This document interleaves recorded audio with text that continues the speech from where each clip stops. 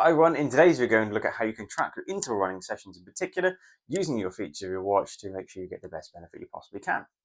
Now this is particularly useful information if you're somebody who does keep a lot of data. If you keep a written training plan where you note down paces, where you note down like obviously what you're aiming for, but also then what you achieve in the session, then you can get a load of data off of your watch, particularly Garmin's, where you can reanalyze some stats. Now you don't have to be a massive data node for this. If you're working with a coach, then they can see this information. If you're someone who's struggling with injuries, working with a physiotherapist or sports massage therapist, they might be able to have a look at this information and give you some ideas of what may be going wrong based on this information as well. Now, there's two main ways we can do this, and I'm going to use Garmin as a reference point because most runners do tend to run with Garmin's these days. So you can use the lap button. Now, generally this is found on the bottom right-hand side of your watch, and all you need to do is hit that during your runs, and it will segment that data. Now, obviously, you can have auto lap on as well, which can do the job to some degree. However, if you're doing, say, half-mile repetitions, 400-meter reps, then that lap button is the key. The other way to do it is via Garmin workout creation. So you can go into Garmin Connect and create a workout in there, send it to your watch, depending on the model of your watch. Now, you don't have to do it that way. It's slightly more complicated in the setup, but does take some of the brain work out of it. The benefit can be that you can just get on with the run and the watch will tell you what to do. You can plug in the distance or time you want to run for, the paces, you can leave notes on there and it will flash up that information on your watch, again, given the right models, and it will tell you what you need to do. So you can just head down, work on the effort. You haven't got to think, you haven't got to remember anything. So that can work really, really well. Both these options, though, give us tons of information. So we can look at your pacing across the session. We can look at your pace that you're actually running in each element and how that stacks up across your training period. Otherwise, we can look at your elevation on those sections. We can look at your heart rate data.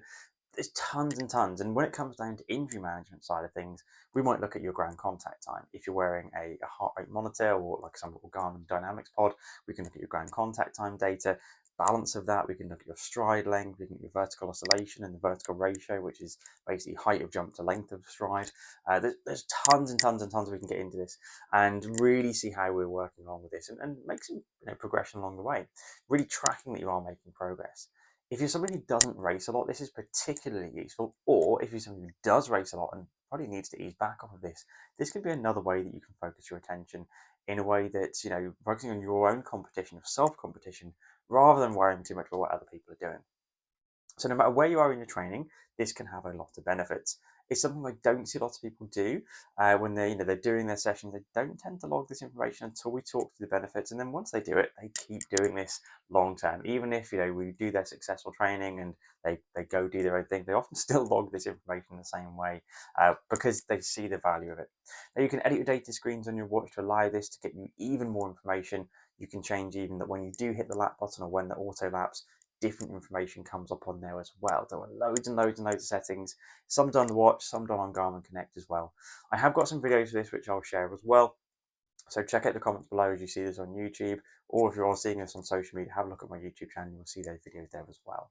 But essentially there's loads of tips and tricks you can use. Use the feature of your watch to give yourself as much information as possible. It can help with increasing your fitness levels, giving you that kind of that satisfaction you are progressing, but also really, really useful to make sure we're managing any injuries you might have, or keeping an eye on if maybe you're pushing things a little bit too much.